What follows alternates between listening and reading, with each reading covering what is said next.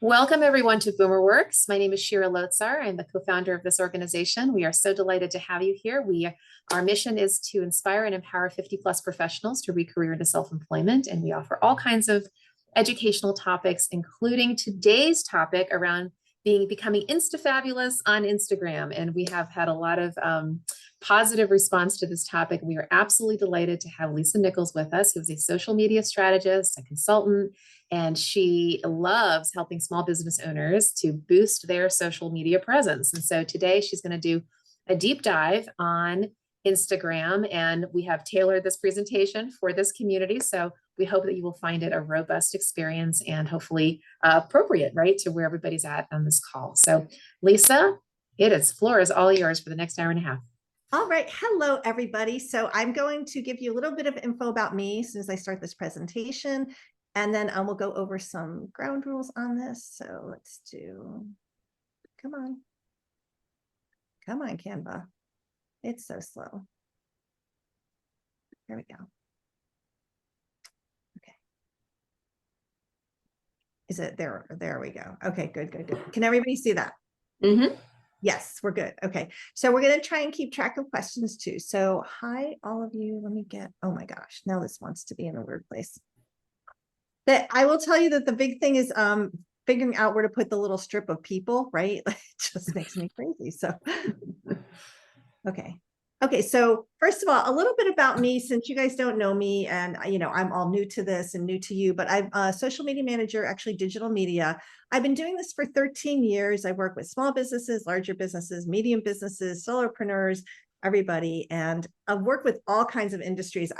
People ask what my niche is, and there isn't. I work with pet care companies, with project management companies, with lawn care companies, with realtors. It's all over the map. So I've seen a lot of different social media presences out there, some good and some bad. I've helped hundreds of businesses with social media, and I'm a frequent social media speaker. One year I actually did 18 presentations in person before COVID, which was a lot. So, so we have that going on. So I love being in front of an audience. A couple of things. I talk fast. I try to slow down. I really, really try. It doesn't always work. You guys are going to get this presentation via email, correct, Shira? Actually, it's going to, thank you for highlighting that, Lisa. This is actually going to be on the BoomerWorks website. If I could just take two seconds to alert for folks who are new to our organization, you're going to go to boomerworks.org. You're going to go to the Training Center tab. Then you're going to drop down to Marketing. And then in the Marketing tab, this will be there as a video. And at the very bottom of that page, there will be an upload, right? So we'll have that as a specific upload. And then I'll also put this information in the chat. Okay. Perfect. So what I wanted to tell you is don't worry so much about taking notes. There's a lot of information. And I actually made the slides, I think, more text heavy because of all of the definitions and everything we're using with it. I usually like to do a lot of pictures, but this time I thought, well, let me just put the meaty stuff in there. So you'll have, if you download the presentation, you'll have all of that. And if you guys want to ask questions relevant to what I'm talking about at that time, go ahead. If something's going to be covered later on, I will definitely let you know that and we'll address it later on.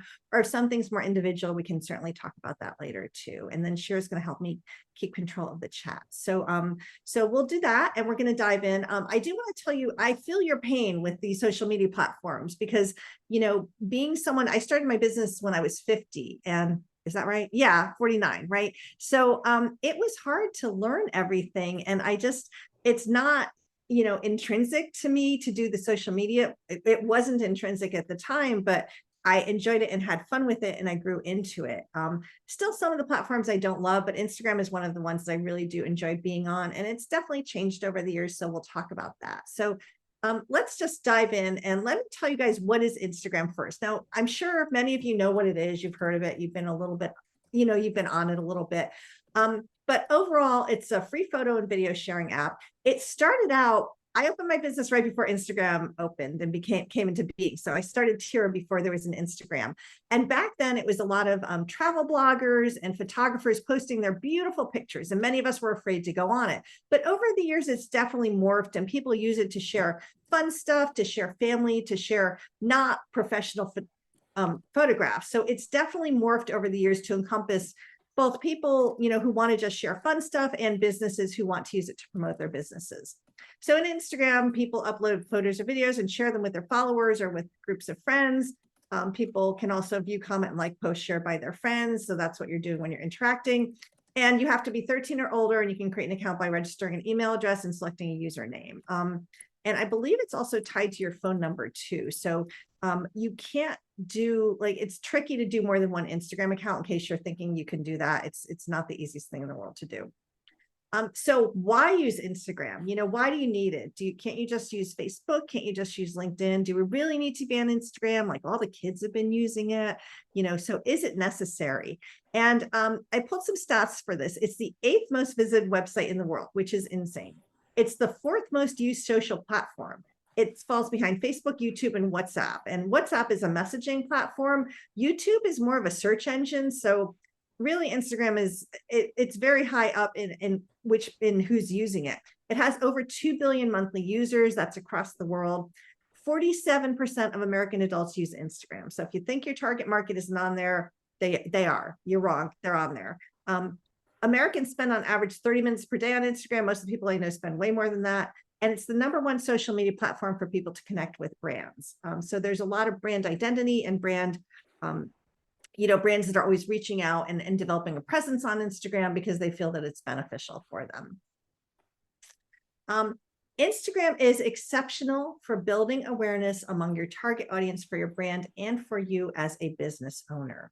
So that's why people love it. And when I say building awareness, we're going to talk about that in a little bit. But we're going to talk about how best to use it. But it's great for just letting people know who you are, that you're out there, that you're an expert in your field and what you're trying to do. And that's all part of your sales cycle. Building awareness is the beginning part of your sales cycle, and then it goes into nurturing your relationships, etc. So Instagram is great for that building awareness phase. And so that's why a lot of people use it and why a lot of people are on it. So I did want to talk, I'm going to go back a little bit. So people can use it both personally and as a business. And I will say that most of the people who use it personally have profiles that are private versus public. A lot of them use it to share pictures of family. But as a business, even if you're promoting yourself, so let's say my Instagram is Lisa A. Nichols. I don't have it under Terra Strategies, but it's my business. So while I do post some personal things, everything kind of goes back to me as a business owner. And so you need to define how you're going to use it. Do you want to use it just to keep in touch with friends and family, or would you like it to grow your business? And if you want to use it to grow your business, you need to be very deliberate about it. You can't just post fun family pictures and think your audience is going to think, wow, that person's great to work with. You actually have to have a plan to go into it. I do know some people who have like an account for themselves, an account for their business. I tried that. And as I said, it's not always that easy to do. I don't have the time or bandwidth to keep track of 2 accounts. So at some point I just said, that's it. It's going to be business, and I'll post some personal stuff, which hopefully my audience will love. But a lot of us don't have time to maintain 2 of them. And so we just kind of use our business account and let people see the real us. And that's what it's great for. So I thought it would be fun to start with some definitions because there's a lot of stuff out there. And again, don't worry about writing these down. If you guys use the, download the presentation, you'll have these. But we talk about your bio, it's your biography on Instagram. It's 150 characters, and that's kind of iffy. I've actually typed in exactly 150 and they've said it's been too many. So it's very short and very brief. It is not a super long bio that you use when you're giving a presentation. But a bio is a great way for you to grab somebody's attention. And we're going to talk about bios in a little bit. And I'm going to give you some tips on how to create a good Instagram bio, because that's where people see you at first when they visit your profile. So it's actually important to have a good bio, not a, hi, I'm Lisa and I'm, I do sales and you should follow me. Like, we need to go beyond that. So we're going to talk about that. A mention is similar to a tag.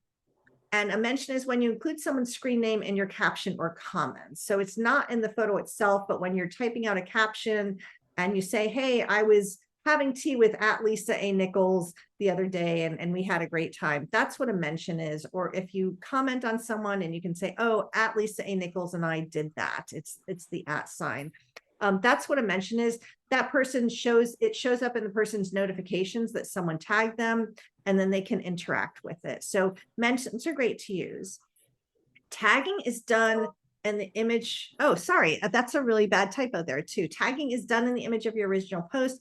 It's similar to mention because the person gets a notice, but it's also weighted a little bit more heavily. So when you're posting a picture or video, it says tag someone on there and you can click and put their name in it. So it kind of says that they're in the post with you. They're very similar, but they are slightly different.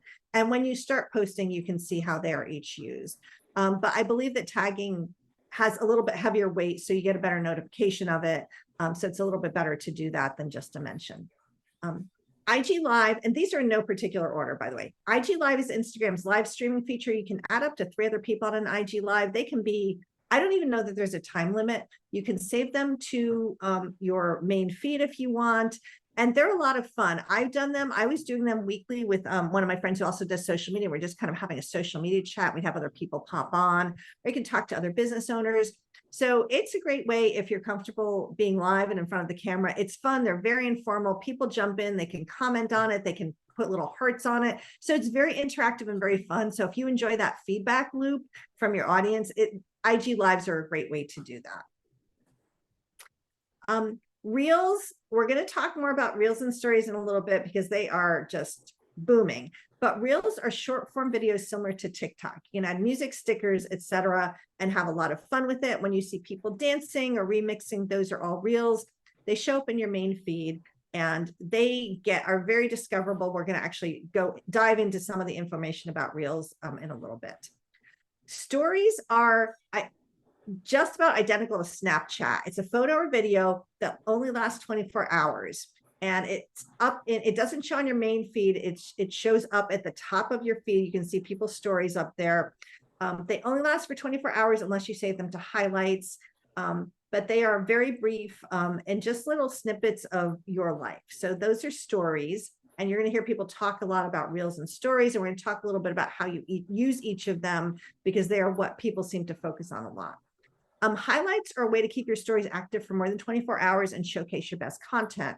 When you have your profile on Instagram, right underneath it, you have little circles, and those are your highlights. So what you can do is create highlights out of, let's say, I went on vacation and I decided to do a vacation highlight. Or if I do social media tips, I might do a best tips highlight. Or I might do a highlight about my dogs because I put them into stories a lot. So highlights are, if you have a story that you love or you think is helpful, it's a way to kind of categorize and collect the stories that you put up there and make them last for more than 24 hours, because otherwise they do go away. DMs are Instagram's messaging platform. So if someone's sliding into your DMs, they're trying to get to know you and trying to chat with you. If you follow somebody and they DM you, it shows up in your main messaging, but there's also kind of an other category. And if it's someone you don't know or a spam, it's going to pop into the other category. And you might want to, it doesn't always show up as a notification. So if you guys are keeping an eye on that, you might want to dive into that every now and then and just poke around and see if anybody else has messaged you. I will find fairly frequently that there's several DMs in my other platform, but they're all spam, so it is, so I don't really pay that much attention to it. And Lisa, I just want to interject. We have a few people who just joined us and didn't hear us say in the beginning that this presentation, this video, and the actual PowerPoint presentation, actually it's in Canva, is going to be on the BoomerWorks website. I will repost the link for that at the end of this meeting once everybody's on the call. So even though Lisa's talking fast and she's going through a lot of information, you will be able to see it later. I'll try and slow down a little. I'm sorry, you guys, I do talk fast. I'm from the Northeast. Okay. It's awful. It's a bad habit. Okay. So these are all, for those of you guys who came in, these are all the terms, like the main terms of Instagram. And you'll have this in your presentation. Don't worry about the definitions, but it's just to make you more familiar with stuff. Because I often get asked, what's a story? What's a reel? What are hashtags? I don't understand all of these things. So I thought it'd be helpful for you guys to have some of the main definitions of the things you're going to see in Instagram. So hashtags, hear a lot about those. It's a collection of words, letters, or phrase preceded by the pound sign or pound symbol. They are seen by anyone searching for that set of words. So hashtags, using hashtags in your post, make that post very much more discoverable under anybody searching for that. Like, let's say I was creating a post and I had a great Instagram tip about using Reels. I might use a hashtag that said Reels tips or Instagram tips or something like that. And so anybody who is searching for Instagram tips would then see that on my post might pop up for them, and it might be someone who doesn't follow me, and they might say, oh, wow, she's got a really good Instagram tip on Reels. I'm going to follow her. So hashtags are great. We're going to talk more about them later on too. A lot of these terms we're going to talk about later on. But there are ways to make them easier to use. I'm going to give you some of those tips and tricks too. But definitely use them. If you don't use a hashtag and just put up a post, it only gets seen by the people who follow you for the most part. Using hashtags gets it to a much bigger audience. And that's kind of your goal, is always to get these things to a bigger audience, right? So how can you best do that? And hashtags are one of the great ways to do it. Carousels are posts with multiple photos. Instagram lets you use up to 10. The beauty about carousel posts is that, let's say you're telling someone the top 4 tips on something. Instead of just putting a graphic up that talks about the 4 tips, you put tip 1 on one graphic, tip 2, tip 3, tip 4. What happens is when someone scrolls through their feed, the first time they scroll through, they're going to see tip 1. The second time they might see your tip 2, and the third time your tip 3. So it actually gets you in front of the people who are following you in a bigger way than just putting up one graphic. So carousel posts are fabulous. You know, and I would encourage you guys, if you're well versed in this, try some posts with carousel posts if you're not using them, to see how, to take a look and see how they perform versus your regular posts. Because I'm not going to talk much about carousel posts going forward, but I will say that they are a great way to get your images and your content in front of your audience in a bigger way than just a single image does. So if there's anything you can break out into a carousel post, do it. I highly recommend it. And, you know, mix up your content too. And then follow. A follow is when you follow someone on Instagram. That means their content will show up in your feed. And if they follow you, your content will show up in their feed. So some people are all about the follows.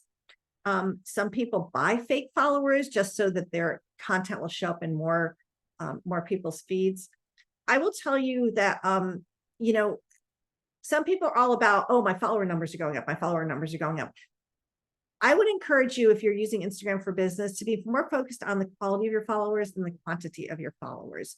You could have 100 followers who are just random people that aren't going to buy a thing from you, but you have 10 followers that are really invested in you and you're going to buy stuff from you. So don't get wrapped up in how many followers you have. I have businesses that do well with 150 followers, right? It's just, it depends on the quality of your followers and if they're ultimately your ideal client or not. So don't get caught up in how many followers you have. I mean, more is definitely better to some degree, but as long as they're quality followers.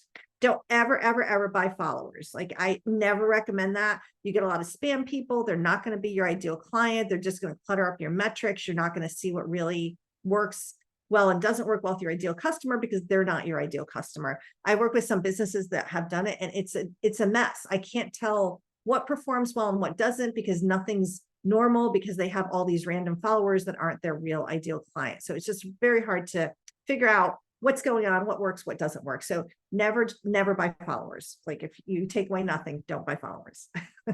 So those are all the definitions. Do you guys have any questions about any of those, or can we move on to kind of the starting out basics? We're good? Cool. Okay. So, we're going to do, I wanted to give you guys some do's and don'ts on starting out, and we're going to really dive into the essentials of creating content and reels and stories and video and hashtags and engagement and how to turn it all into business. But if you're just starting out, and I'd actually love to know, I don't know if I can see everybody, but are any of you guys like currently on Instagram? Can you do a raise hand thing? We got a couple people on Instagram. I'm assuming the rest of you guys are interested in it, which is cool. So, okay. So this is really basic information, but if you guys are more well-versed in it, feel free to, you know, kind of reach out to me also. So we got a couple of people on Instagram.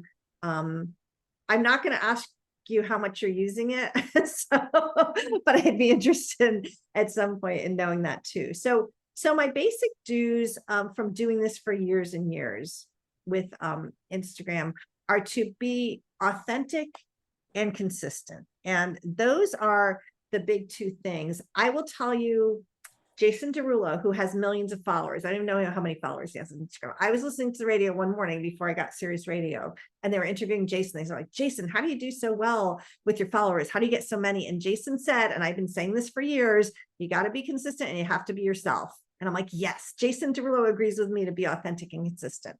That's what people want from you on Instagram. They want from you on social media. They don't want to see the glossy stuff. They don't want to see everything's great. They want you to be yourself. They want to know that they're getting to know the real you. And they want you to be consistent, both in how often you present information and in the type of information that you present. Marina says she struggles with both. George said she uses it. Okay, cool.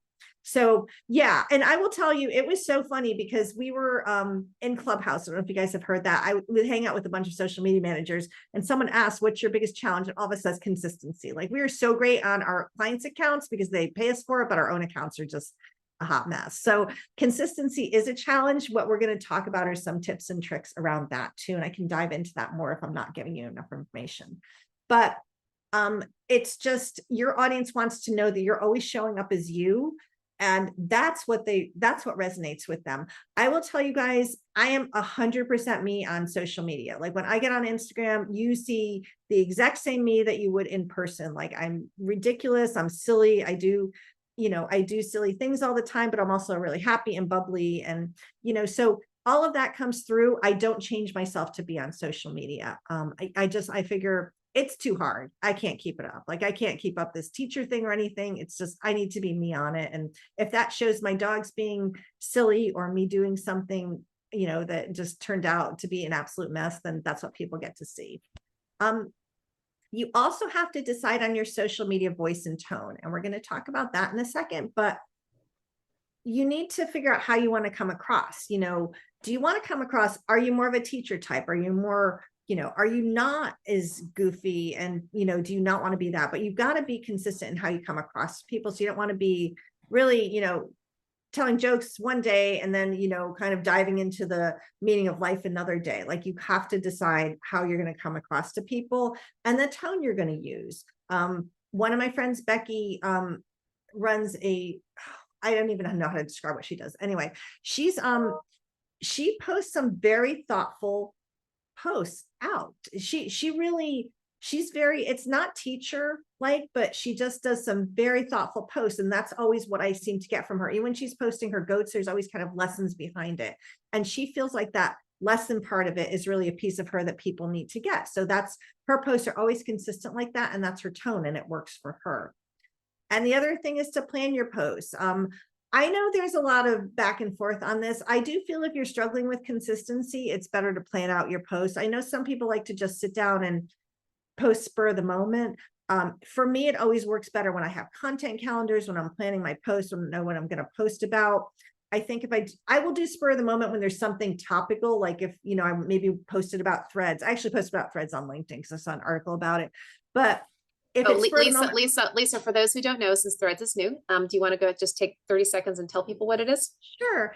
So Threads is Meta or Facebook's answer to Twitter. It is I don't even know what the character limits are, but it's their way of, Twitter's just been a disaster lately, as you guys have all heard, I'm sure, with Elon Musk taking, it's been crazy. It's been up and down. It's talk of charging for it, authentication, verification. So Meta has come up with something called Threads, and it's supposed to be the same thing as Twitter, basically, but without all of the craziness that's happening lately. And they got like 10 million users signed up in the first week. It was insane how much they did. So I haven't really dipped my toes into it in a big way, but I'm definitely keeping an eye on it, and I'll probably end up putting some clients on it at some point too.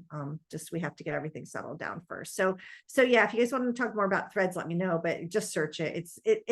It blew up. Like it was crazy how much it blew up. And I think that, I will say, one of the things that I liked about Twitter was the conversational aspect of it, because you could in real time engage with somebody with the conversation, which was hopefully a nice conversation. So it was more back and forth. And I don't feel we have that so much with Instagram and Facebook.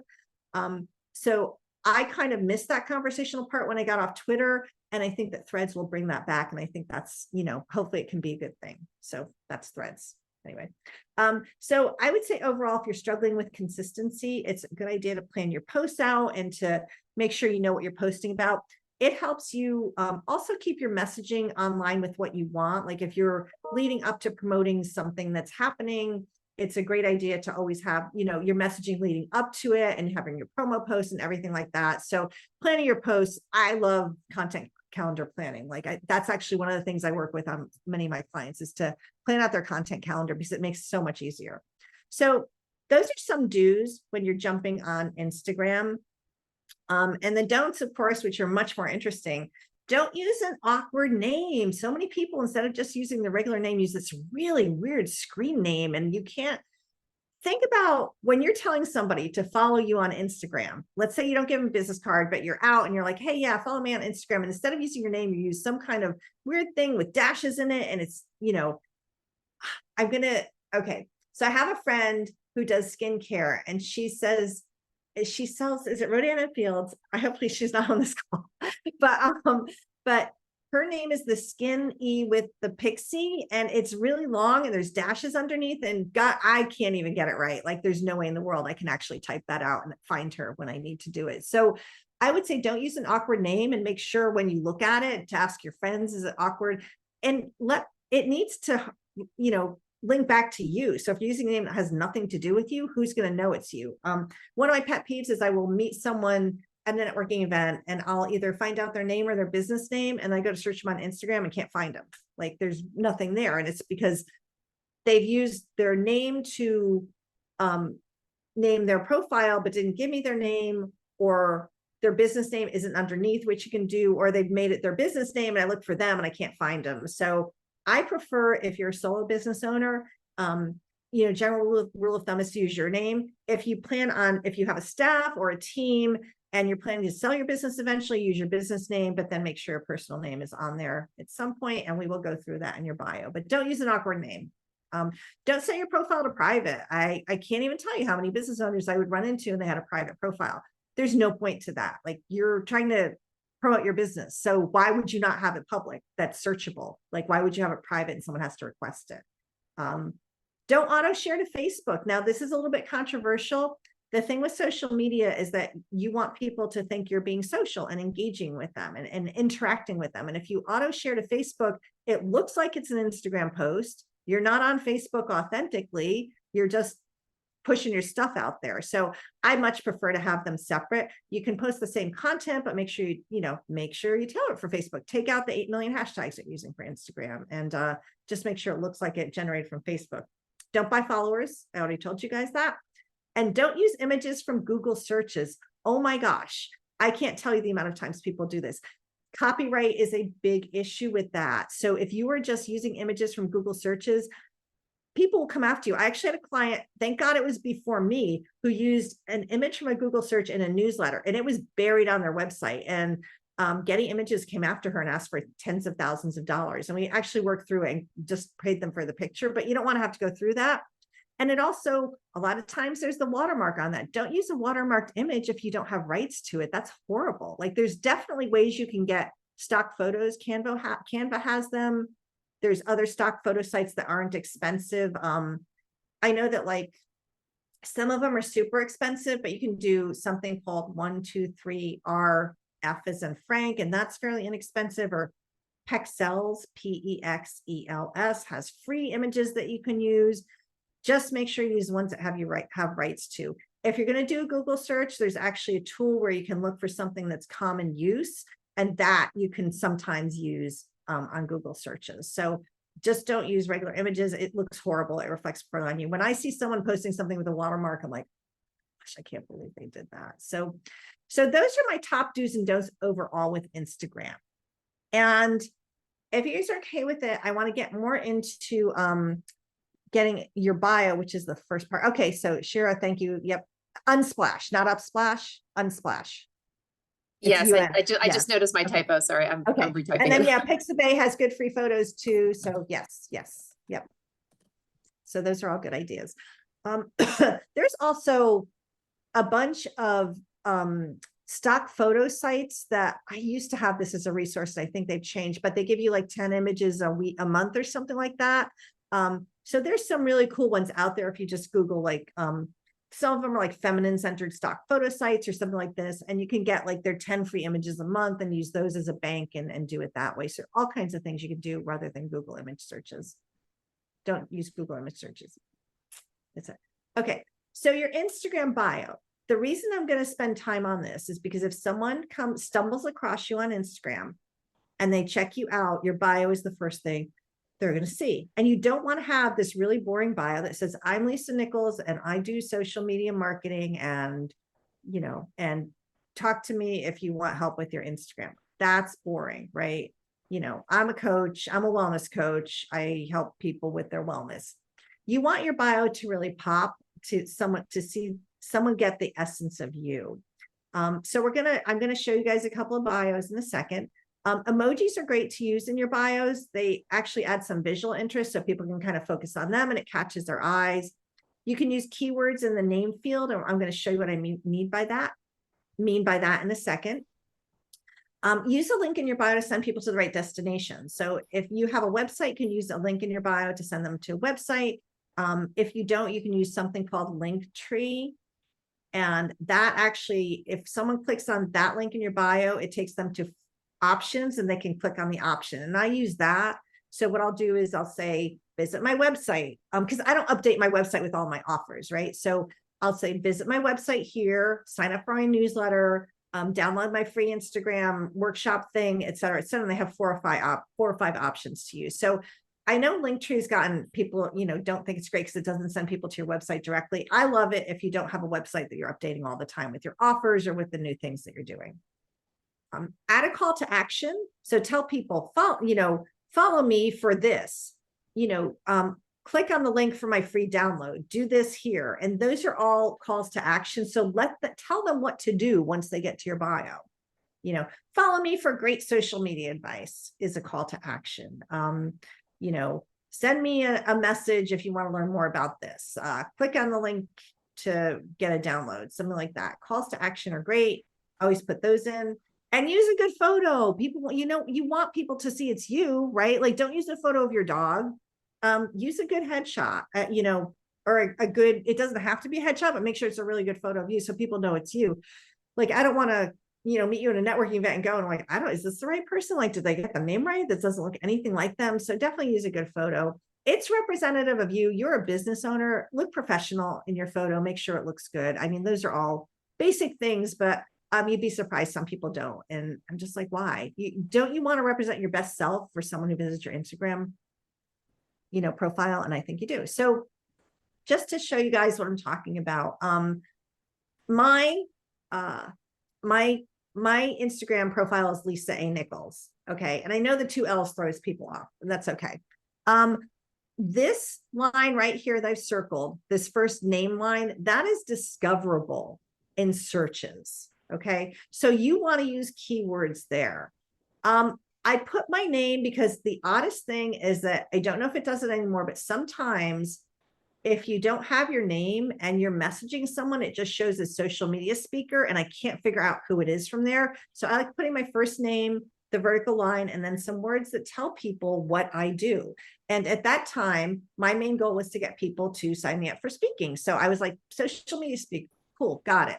As you can see with my friend Leah, she's a photographer. So she put Leah, and she had a different name for her Instagram account. But what she did that was smart was she put her name here so that even if I looked under SPUS Digital, I could still see that it was Leah. And you want your name to be in this line or this line so people know it's you. Because otherwise, if I just put tier strategies and I put social media marketing, do people know it's me? Maybe by the picture they do if they're lucky, maybe they don't. So, you want them to know it's you. So put your name, put the keywords that tell people what you do right here, because that's discoverable.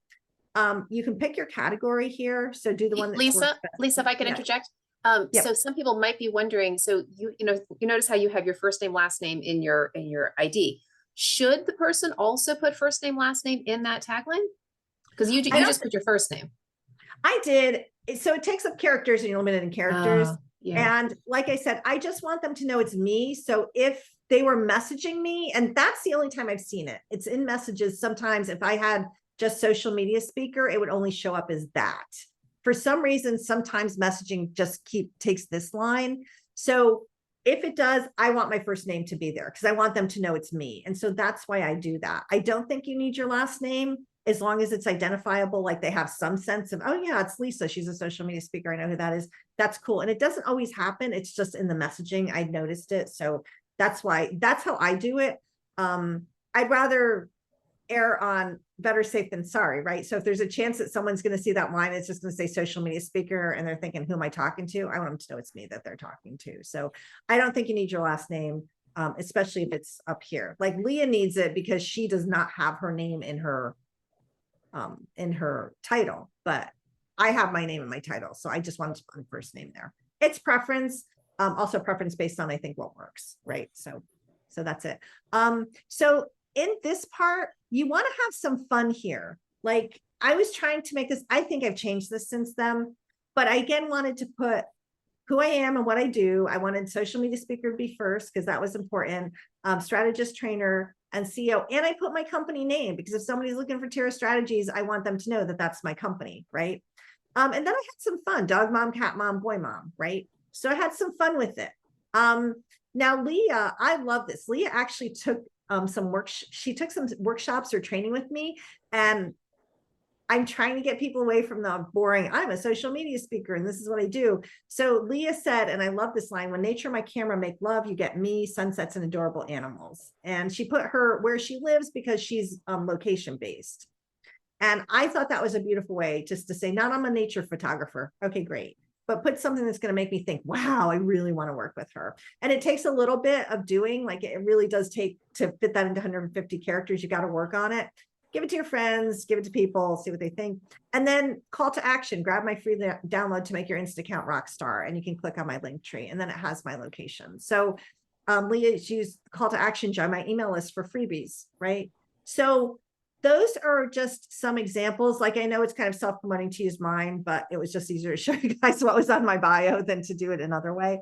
And I thought Leah's was great after we redid hers. So I thought that worked. So that's really the first thing you guys are going to do is work on your bio and make sure it's a good picture, all the tips I gave you, and then we can start talking about what happens with the content. And that's what I'm going to move into next is what are we doing with our content now that we've got this bio all set, right?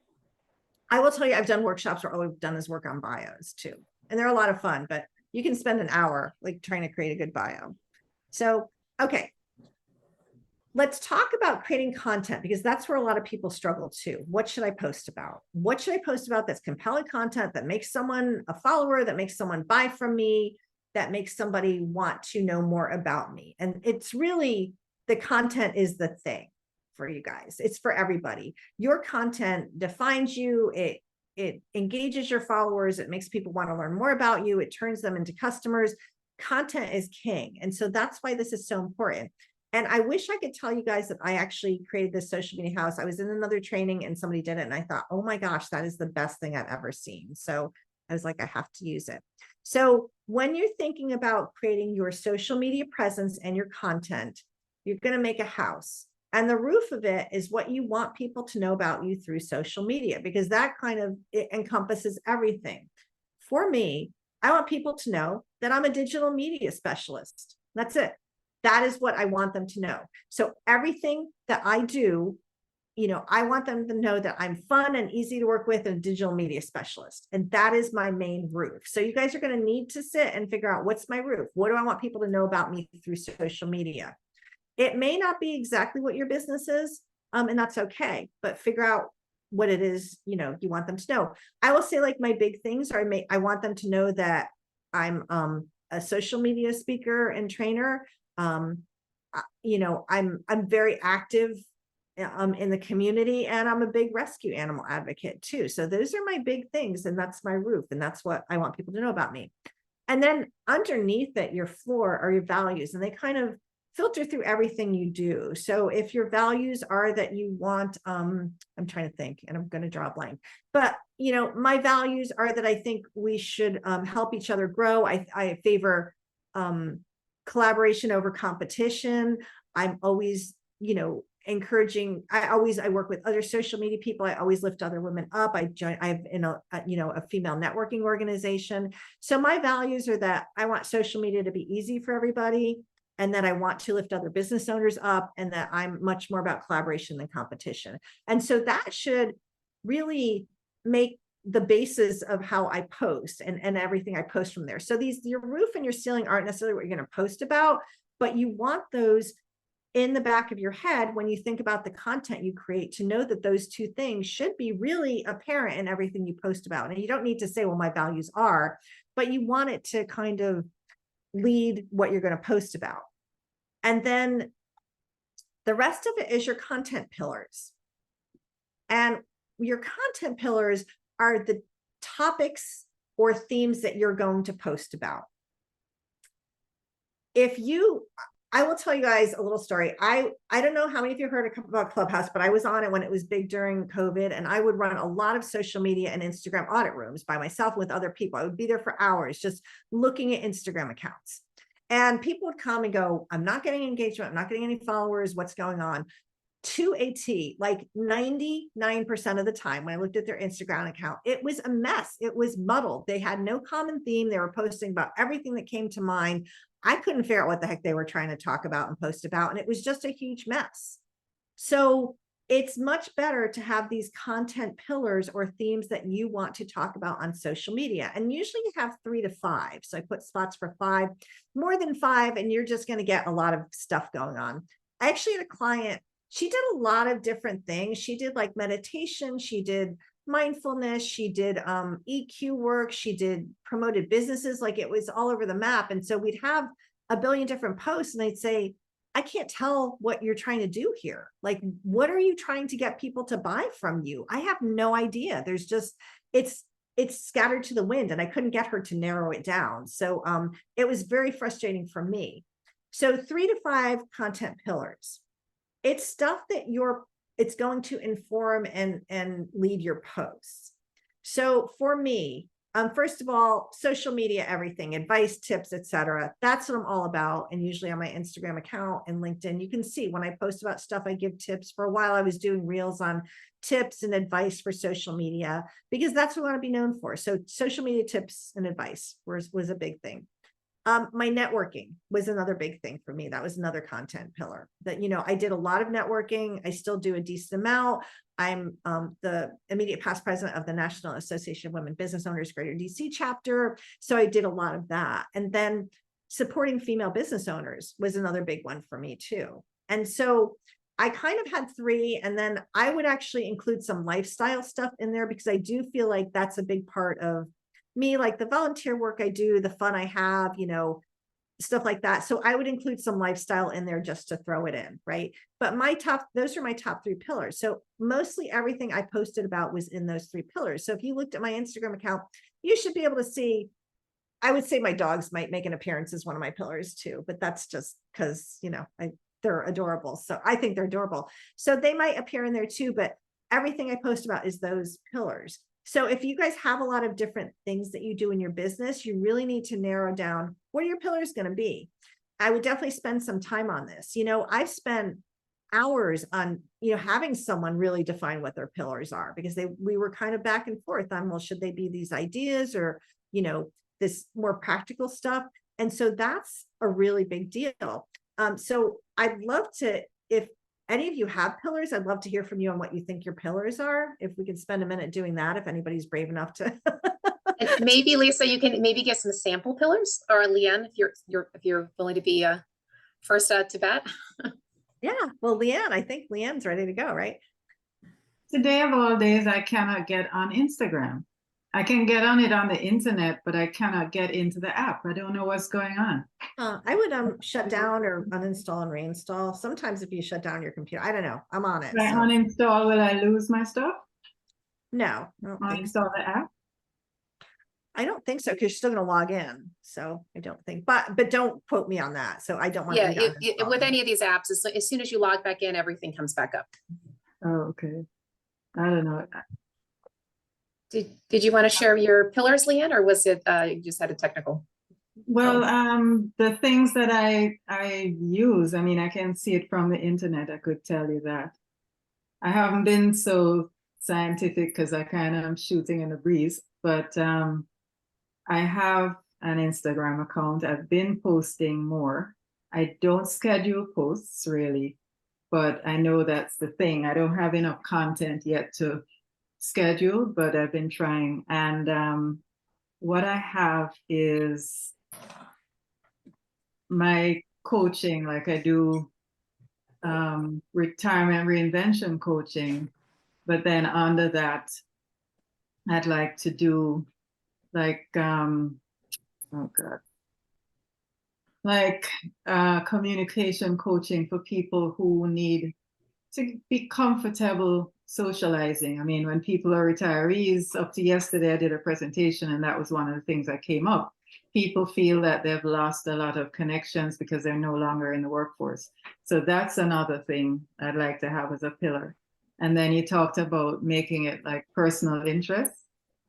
Some of it, I've tried posting a couple of personal things. I'm not really into, whatever, but I've done like, I took a picture down by the river and said, it's good to find time for you to chill and just unplug, that kind of thing. So with those, I could use those as my content pillars. You could, I would say, not coaching per se, but I would say communication and retirement, but you'd have to be more specific about retirement. But I think communication is a big one. I don't know how it follows with retirement though. So I'd be really careful about doing those two very separate things on that. So I would say really think through that. Like retirement could be its whole self. And so if you want to throw communication there, I think it might confuse your audience a little bit, to be honest with you. So I think you really need to, think about what you're going to do with that and how it would work together. Well, would it be better than to say how to make connections, like using connections as one of the elements, since things like loneliness and being able to make new friends and things well, like that. Leanne, is it more about connections or retirement? Or are there two things that you're going to be doing? It's retirement, but one of the things with retirees, as you get older, people's friends die and people are no longer in the workforce. So that's the angle. So I would say kind of try and rework that a little bit and maybe refine it and say something about, if retirement is your big umbrella, what about retirement is it? Like retirement could be kind of what you want people to know about you on social media that you'd work with retirement, but your pillars, would it be connecting with others, after you retire? Would it be saving for retirement, stuff like that? So really think through exactly how that's going to work. And I would say spend time on it. Leanne, a thought for you, maybe one of your pillars is simply called building relationships during retirement. Yeah, it's a good one. And reinvention really is the key. Yeah. It's retirement, it's reinvention. Thanks, Shira. Thanks. Mo, did you have a question? Are you raising your hand or is it still raised from the poll? I think he just raised his hand fresh. Mohammed? I want to take yourself off mute.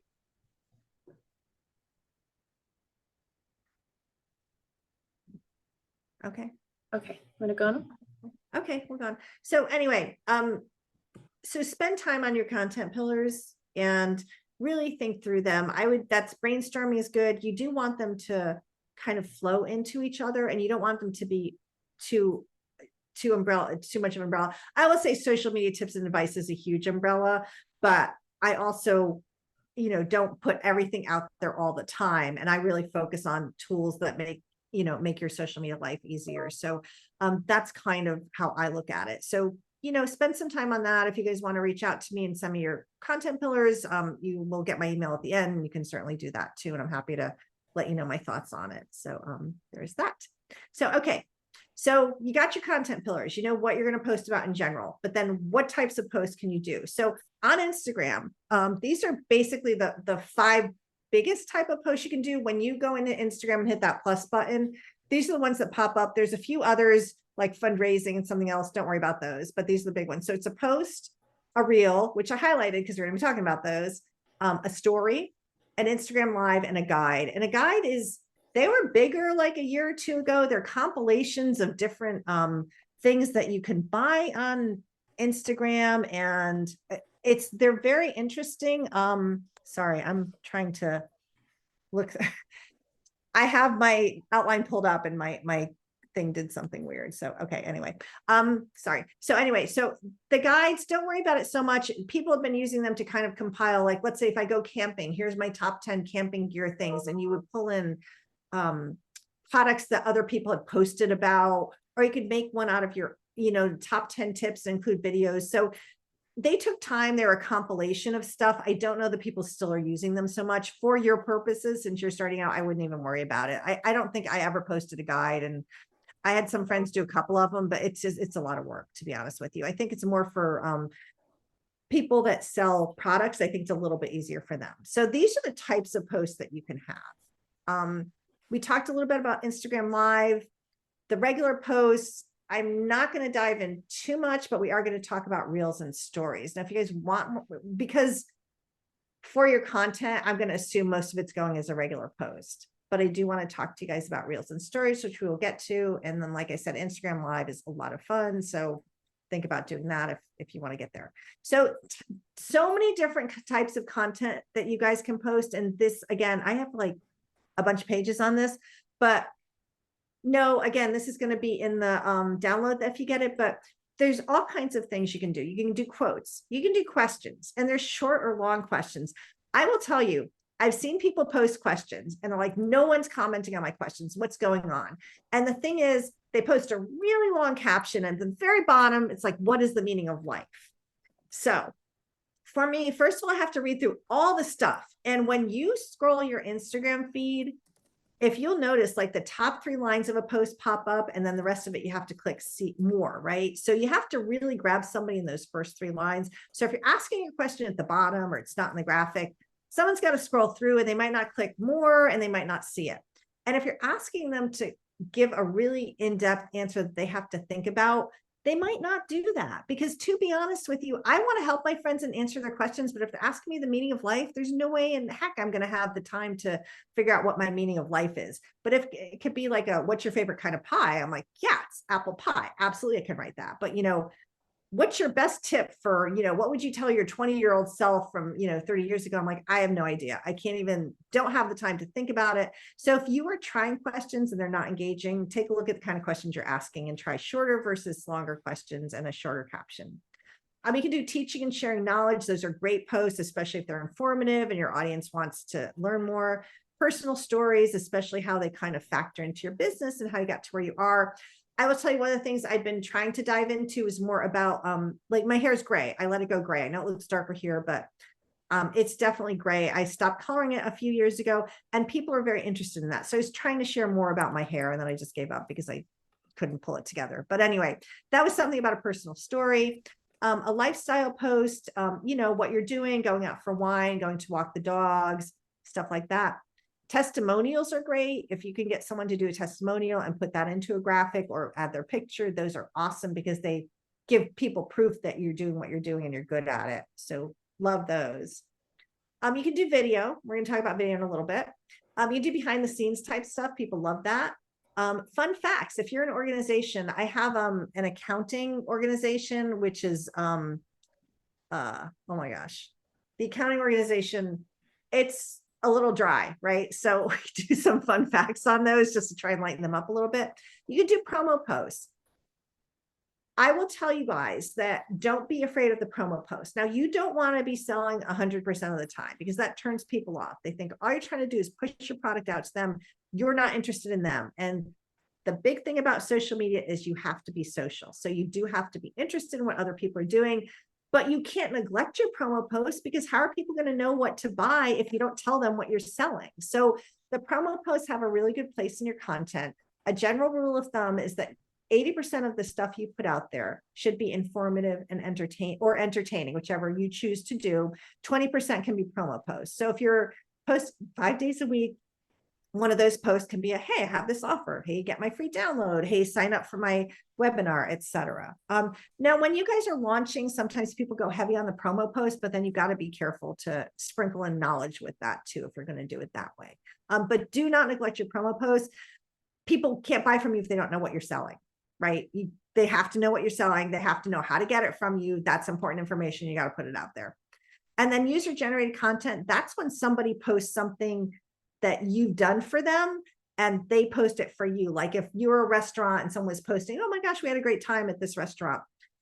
One of my clients sells, this is such a weird product, orthopedic braces for dogs online. We get a lot of user generated content or UGC because we always have people posting, oh my gosh, my dog legs were so wonderful. I love them so much. My dog is so much better. That stuff is gold because it goes out to their audience and they tag you in it. And we just love user generated content. So those are some of the types of content. It's not everything, but some of the types of content that you can post. So you have a lot of options in terms of what to post. It doesn't always have to be the same thing, the same boring stuff. You can mix it up, mix it up with a question, with a fun fact, with a video, with behind the scenes, etc. There's so many things you can do with it. So the big question everybody asks is, how often should you post on Instagram? So general rule of thumb or best practice is to share Instagram posts a minimum of 2 to 3 times per week and no more than 1 to 2 times per day. Consistency is essential. A lot of you can't keep up with that. 2 to 3 times per week, you should try and do that because that way you do stay in front of your audience on a decent basis. But don't overpost. You are not a news organization. If you start posting 5 or 6 times a day, your stuff is going to clutter up people's feeds and they're going to get aggravated because it's probably not going to be breaking news or something, that they absolutely need to see, and they might mute you or they might unfollow you because your stuff is cluttering up their feed. So just as a rule of thumb, 2 to 3 times a week. Once a day is great if you can manage that. Many of us can't. So we do try, say for 2 to 3 times a week, post relevant information. That's kind of a good number of times to post. Okay. So Lisa, we actually yes. have a question from Mohammed. We had some technical difficulties with his muting. Okay. So his first question is, he says, my product is kids' hats. So I think I can only post hat pictures. Need suggestions, please. That's question number 1. Okay, Mohammed, I'd have to kind of talk to you and get some other ideas. I don't think you should only post hats. I think you could branch it out into why kids need hats, what kind of activities they're doing. So more into kids' activities, like think about that. So you don't just want to post, here's a hat, right? That's boring. What other things around kids and kids' hats can you post that people would like to see? Do you want to be, are they hats for outdoors? What do kids do outside? Sunscreens are good, tips on being outside, stuff like that. So yeah, lifestyle posts, if you can post the kids, that's always kind of a weird thing too. So you need to be careful if you're posting kids hats. Can you post the kids? You always need to get permission for that. Definitely. But I would look into things around that, what kind of hats are they? Why are the kids using them? And try and create posts that are more about that part of the lifestyle and what they're doing and their activities. Like for our dogs, for dog legs, we're trying to post things about dogs, agility trials and stuff like that. So it's not just about the product, it's more about things around the product. So that would be an idea and a thought about that. And then The second question. Oh, sorry. Tagging a big competitor is ethical. Why are you going to tag a big competitor? Why would you do that? I think he'll need to type it in. So yeah, that might take a minute. Because they're going to see it, like, and they're a competitor. I would not tag a competitor in my posts. Like I would want if you tag the competitor, right, it's gonna be a link that people are going to want to then go to the competitor's link, right? Yeah, they can see that. The competitor can jump on and see what you're doing, and you're alerting them to the fact that you're coming after them. I'd love to know more about why you're doing that. Okay. Yes, Gail, that's wonderful. I love that. Yeah, a vintage style, like what you wear with vintage jewelry. That's great. Like ways to wear jewelry. That's fabulous. I love that. And go more into the fashion aspect of it. I think that's a fabulous idea. So not just showing your jewelry, which would be fun, but I don't know, are there ever, parties that you can wear those to, stuff like that, that kind of stuff. I would do that, but also vintage dressing, even thrift stores, like thrifting, if that's something you do. So I think all those things can kind of factor into that. Just think through what your audience does, like what do they have in common? What do they do besides buy your stuff? Like what's around that, and then go from there. So I just talked about the content you have. A lot of you guys are going to share that on regular posts where you put up one image or a couple of images. They're just images, photos, graphics, whatever. You're going to put it in your feed with a caption, right? But another type of post that we talked about is a reel, and that's actually a short form video. The reason that we talk so much about reels is because they are booming. Instagram weighs them very heavily. So if you put up a regular post with just one picture, a couple of pictures versus putting up a video or a reel, you're going to get a lot more impressions. You're going to get a lot more people looking at it. It's going to go, you're going to get a lot more non-followers who see it. So Instagram is weighing reels super heavy. They have been for years. They're fabulous. If you're not doing reels, you're missing out on getting part of your audience and, you know, and just growing. Reels are fantastic. They're a fantastic way to grow. So I highly recommend that people incorporate reels into their strategy. Actually, started working with a woman who's doing, she was doing a directory for writing retreats, and I made her do a reel a week about stuff that was going on. And it really helped her get a bit more impressions. It helped her grow. Like, she did a great job with it. I know she didn't love it, but even for something like that, I made her go on video. And I said, we've got to make use of these reels because otherwise you're missing out on potential audience growth. So people reshare reels 1 billion times a day through DMs. Now that's worldwide, but that's huge. A day. Think about, you go on Instagram, see a cute little video, and you can share it to somebody in a messenger. I do that all the time with my friends. My friend Terry always shares workout stuff with me, and I've started following some of the people she shares with me. So if someone sees a reel you do and send it to a friend, they can start following you. They're fabulous. Potential ad audience. If you're running ads, you think about doing ads, 758.5 million users. It's huge. But these numbers are staggering. And reels take up to 30% of the time people spend on Instagram. So people love watching those short form videos. Some do it for entertainment, some do it for knowledge, but reels are amazing. So if you're not using reels and just sharing posts that are images, let's talk about using reels effectively and what you can do to make that happen in your business, because they are big, big, big, big. I will tell you guys, I'm going to dive off Instagram for a second. I don't think Facebook reels have performed quite as well as Instagram reels have, because I've tried to do some Facebook reels and they've fallen flat, and I put the same thing on Instagram. So I'm not sure what Facebook or Meta is doing with their reels, but it's not the same as Instagram. You can try and share them there too and see how they perform, but I haven't been in love with Facebook videos. So anyway, just an aside. So reels.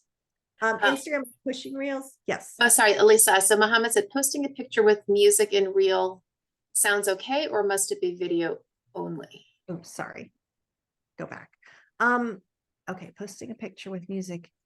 Okay, so in your reels, you want some kind of sound, right? So it depends on the reel. I think some of the most effective ones, I'm going to tell you guys, are reels where somebody gives you information, like just straight up gives you information. My friend Rachel talks about relationships, and she gets on and talks about relationships. I love her reels. They're simple, they're to the point, they're not fancy, she's not dancing, she's not using music. They're great. That's when I do reels. I pretty much give people, you know, social media tips, right? And I'm like, let me just talk about this thing. So you can do that. You can do the fun ones that are music and dancing, but do they really help your business? Like, that's great if you have a reel where you're dancing or lip syncing, but it's not your business. So why bother, right? So I think actually, Lisa, the question was slightly different than that. I think what he's talking about is, do you need to actually do a video, or can you just post a picture and put music behind the picture? Is that considered a reel? It depends. I think you could do it. I would try it and see how it works and see if it performs as well as, you know, video too. We've done, trying to think, one of my realtors did a video of her house, and we just you know, post that with just music. But in terms of just a picture, what are you trying to get across? Like, what's the point of it, right? So I would look into that and see how, you know, how it performs if you're doing that, and if it's getting across what you want. Like, I'd want to know why you were going to do that. I mean, you can, there's some templates where you can mix stuff up. So, you know, you can put different pictures on. So I'd say if you're going to do that, maybe put a series of pictures up and put music with them instead of just one picture. You know, I know that's easier, but does that help a little bit? Hopefully. Did that answer it, Shira? I think so. Okay. I would say, like, why? What's the point of it? So product, image, and music and reel. I make a product image, and he said, I think it kind of depends on the post. You can try it and see how it performs, you know, as an experiment, but I don't know. Like, then why are you making it a reel would be my question. Just for the music? Usually you're doing something fun with the music or something like that. So I don't know. I don't know. I'd have to see it. that would be a big, it depends. Priya, can we use languages other than English when posting? I think it depends on your audience, Priya. If your audience is mostly a different language, then you can certainly do that. If they're English speakers, then you want to use English. So that kind of depends on your audience. Okay, so Instagram is pushing reels for the best reach and engagement. Post one each day, and they don't have to be polished and professional. They can be fun, easy. You can make mistakes, you can goof up. Have fun with it. Like, I will tell you guys, you know, I posted one finally of my dog who is like, it has a corgi butt, and I did the one pretty girls walk like this, and it was adorable. So you have fun with it. It did nothing to do with my business. I was okay with that. But you know, you can do, I mean, do reels about working out, do reels about something, do reels about, it doesn't have to be like a professional video. And that's the great thing about them. You can have fun with them too, and let people know the fun side of your business if your business has a fun side. So reels are good for the top of your sales funnel. Good. A good thing to do is, if you are in this business, give short tips and content with value. And they're good for awareness and growth because they're discoverable by people who don't follow you, using hashtags. So the cool thing about reels is that you can get out to a bigger audience who doesn't follow you. If you guys aren't using them, try and post a reel, and then you can look at the insights of the reel, and you can see people who saw it who don't follow you versus a regular post of people who saw that who don't follow you, because Instagram will give you that information. And you can see that reels are much more discoverable because they go out to a new audience. Like hammering somebody with buy my stuff right away doesn't always work. So what you want to do is give content with value and tips that make them interested. Like, oh, she knows what she's talking about. Let me go follow her or see more about her. So if you guys think about your sales funnel, and I have it further down, they're good for the top where it's the awareness stage of it, because it can go out to a bigger audience than who already follows you and knows you. And Lisa, I think some people may not actually know, be familiar with the term sales funnel. Do you want to give a 30-second definition of what that is? Maybe even use a little visual. I actually have one somewhere, but I don't remember where. It's in here. I put it on there. I'm like, yes, I'm going to do the sales funnel. So it can be, sales funnel has had it's like had a bad connotation lately, but what you're doing when you're selling and you're in the business is your top of your funnel is your awareness, where you are just getting a huge sales funnel and getting people aware of you, right? It's like the top of your funnel. You're kind of going out to more people. It's a bigger audience, and you're getting them, you know, who are you? Oh, there's Lisa. Now I see her. That's the awareness phase of it. And then you move them down into the funnel where you build the relationship with them, and you nurture that relationship, and you get them more and more used to it, more and more curious, and you meet their needs and show them how you do that, until finally at the bottom, they become the customer.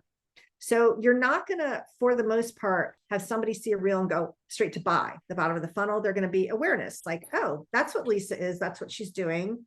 Let me learn more about her. And they move down the funnels. They learn more and more about me till eventually they become a customer.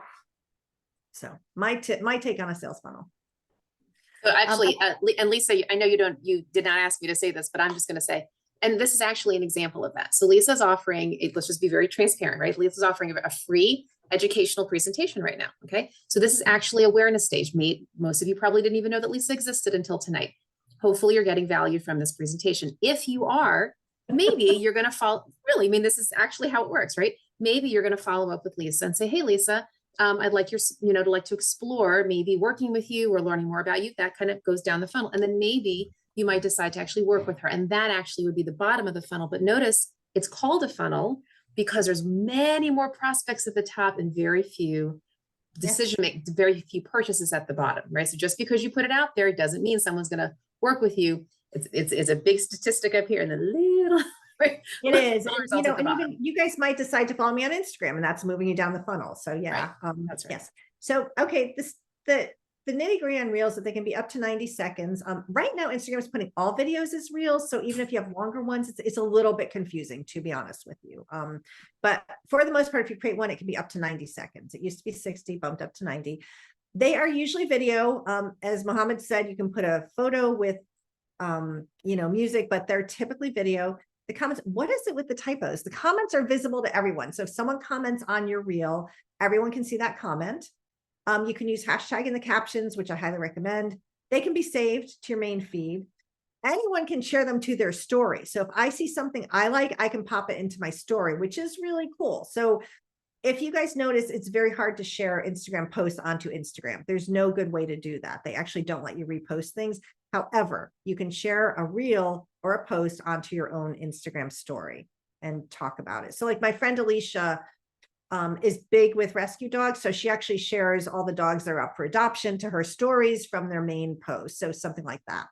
So you can post to Reels, your main feed, and your stories, and they can show up in the Explore section of Instagram. If you hit that search button, your reel might show up there, which is really cool. And that's how they're discoverable. And that's when people go viral, if their stuff shows up in the Explore section of Instagram. So that's the nitty gritty on Reels. And I want to be mindful of time too.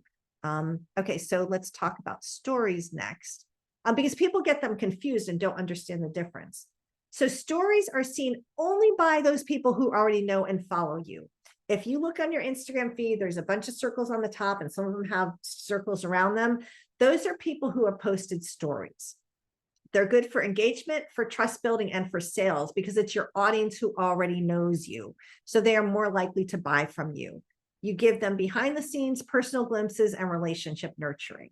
So stories are, again, people who follow you. They're the ones who get to see your stories. Super great for relationship building. I actually, in my stories, I post workout stuff. I don't post that on my main feed, but I post a lot of selfies in the at Burn Boot Camp. I'm always posting things about the people I work out with at Burn. That's where they go in my stories because I'm letting my audience see a piece of me that not everybody sees. Not all my main people who see me would see that. Only those who follow my stories, but I'm okay with that.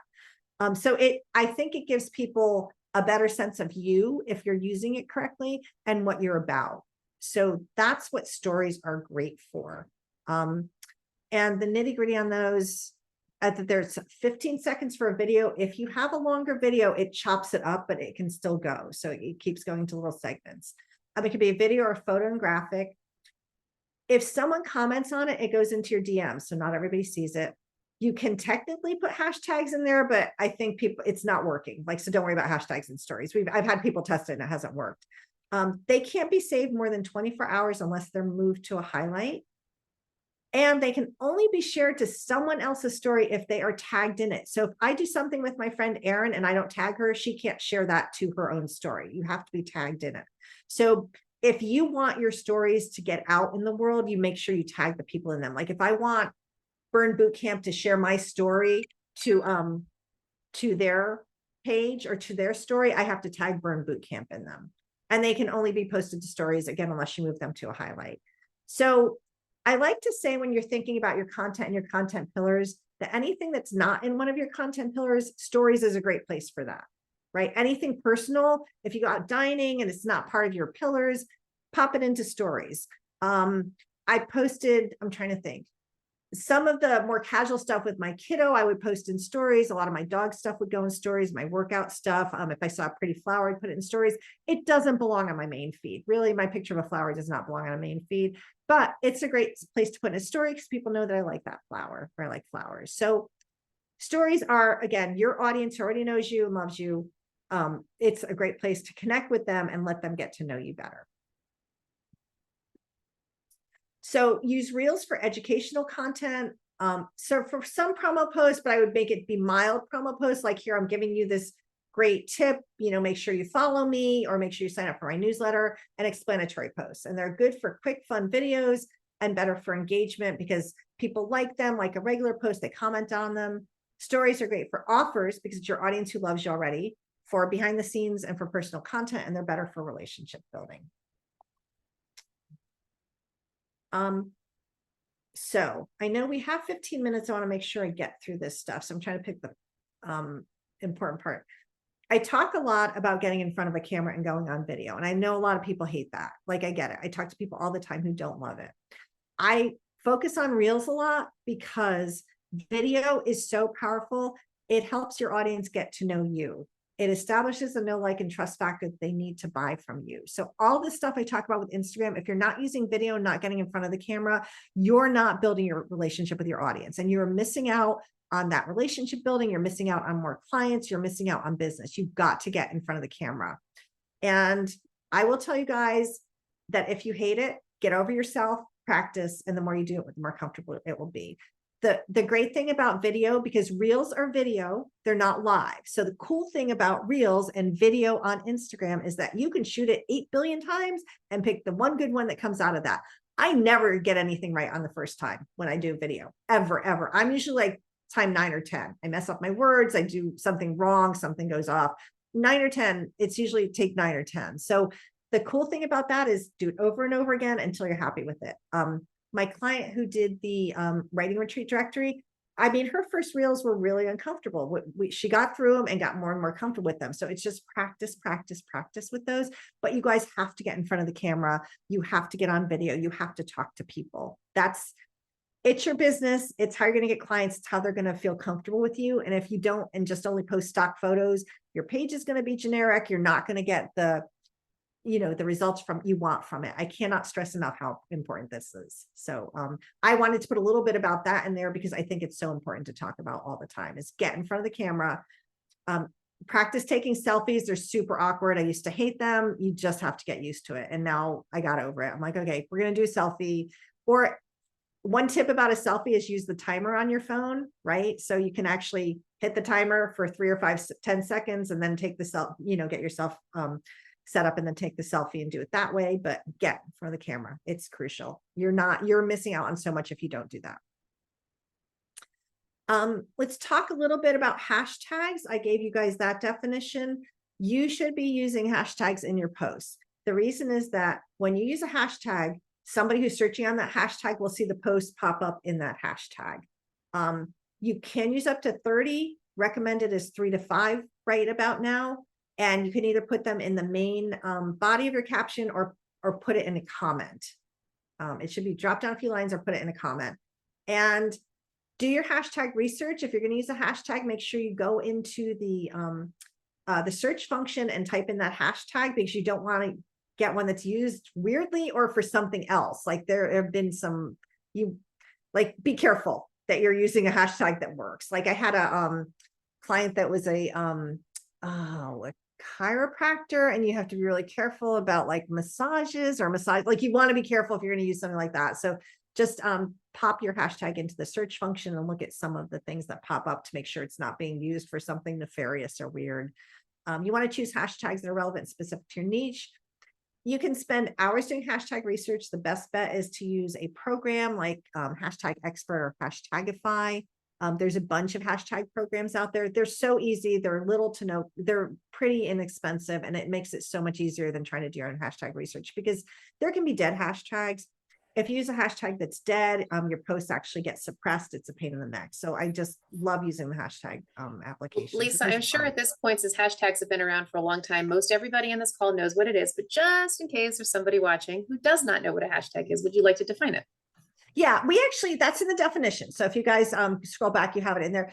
It's a collection of words, letters, or a phrase preceded by the pound sign. And it's seen by anybody searching for that set of words. So what they do, hashtags, is make your post discoverable by somebody who's searching for that phrase or those words. So they're crucial to use. You can actually grow your audience by using good hashtags. I've seen people do it amazingly. They've grown exponentially just by being really consistent with their hashtag usage. So think about that. Muhammad says, should I use hashtags in Reels?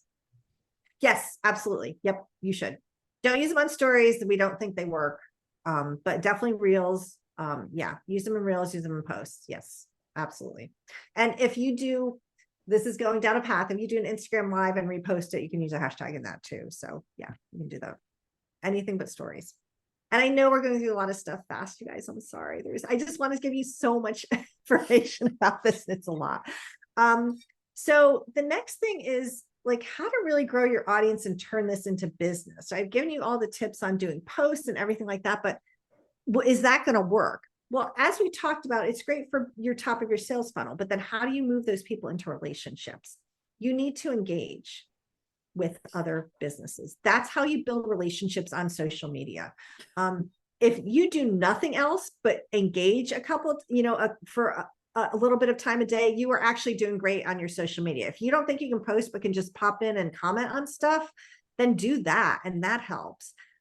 What happens when you engage, if you just push stuff out there, people think you're not interested in them. By engaging, commenting on their posts and liking it, they can see that you're interested in them, not just selling. This is relationship building. We are using social media to build and create relationships.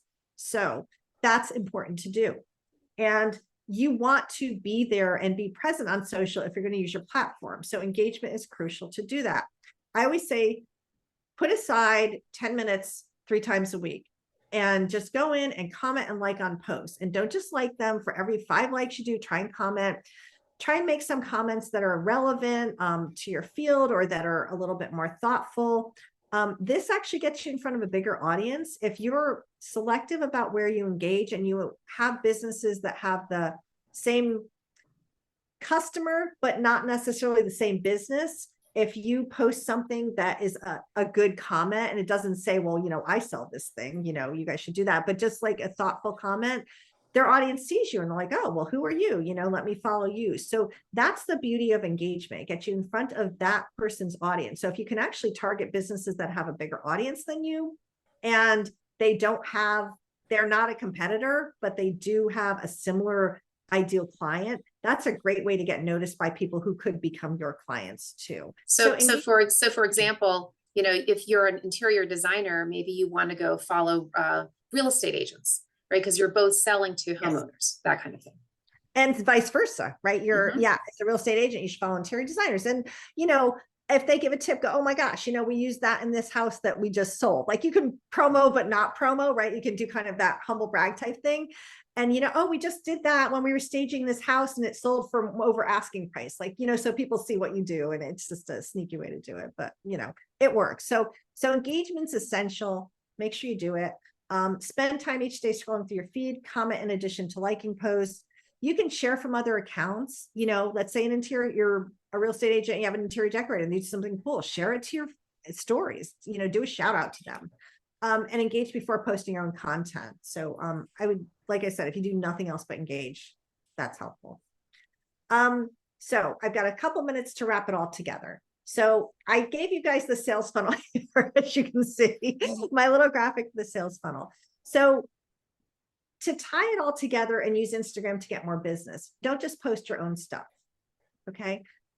Engage, be a good follower of other people, shout out other businesses, tag other businesses if you collaborate, you know, if you are networking, post pictures of you networking, do stuff like that. Show that you're invested in other people. Use Instagram for building awareness of you and your business.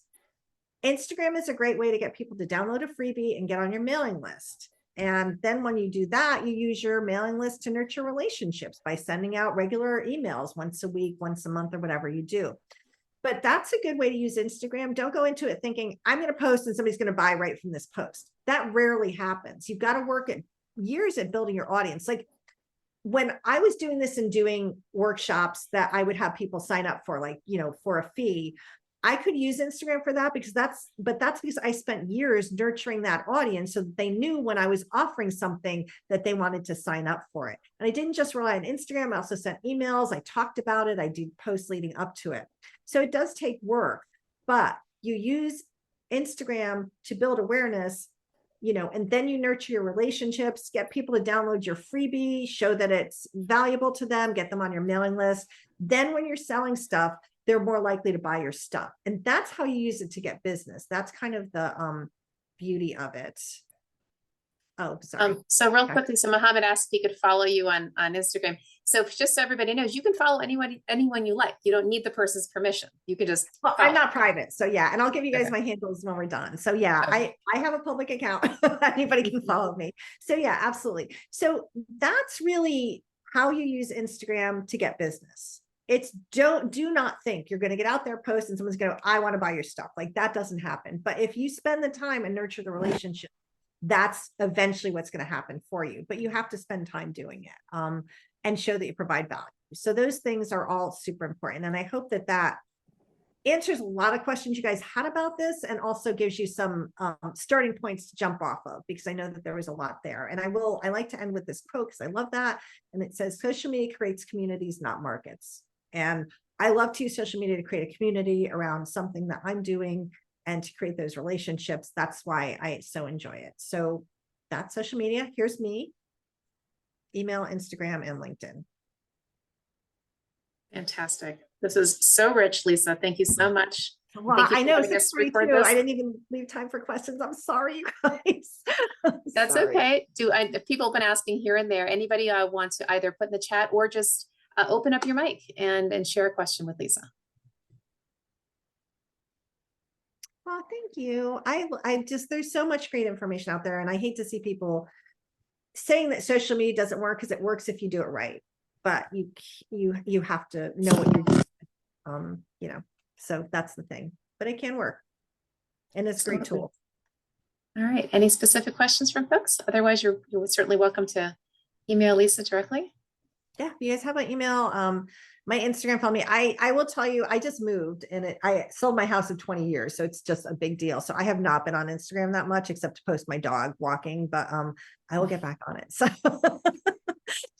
I'll get there. But I do scroll it every day and comment on stuff and check in with what people are doing. So, and I will tell you, I watch people too. Like, you guys think I don't watch you if you follow me, but when I've had people in workshops, I watch them and I watch what they're doing on Instagram. I'm like, I saw you post that reel. I see what you're doing. So I do kind of keep an eye on the people that I know are trying to build up their Instagram accounts and you know, knowing what they do. So yeah, I watch. Well, Lisa, fabulous presentation. Thank you so much for your time and for investing in our community, our BoomerWorks community. I am going to pop in the chat again for those who were a little bit late joining us, where you can find the recording. I'll be popping this up shortly. And not only will you find the recording of this video, but also the presentation itself, right? The deck that Lisa used. And Lisa, hope to have you back again. Thank you so much.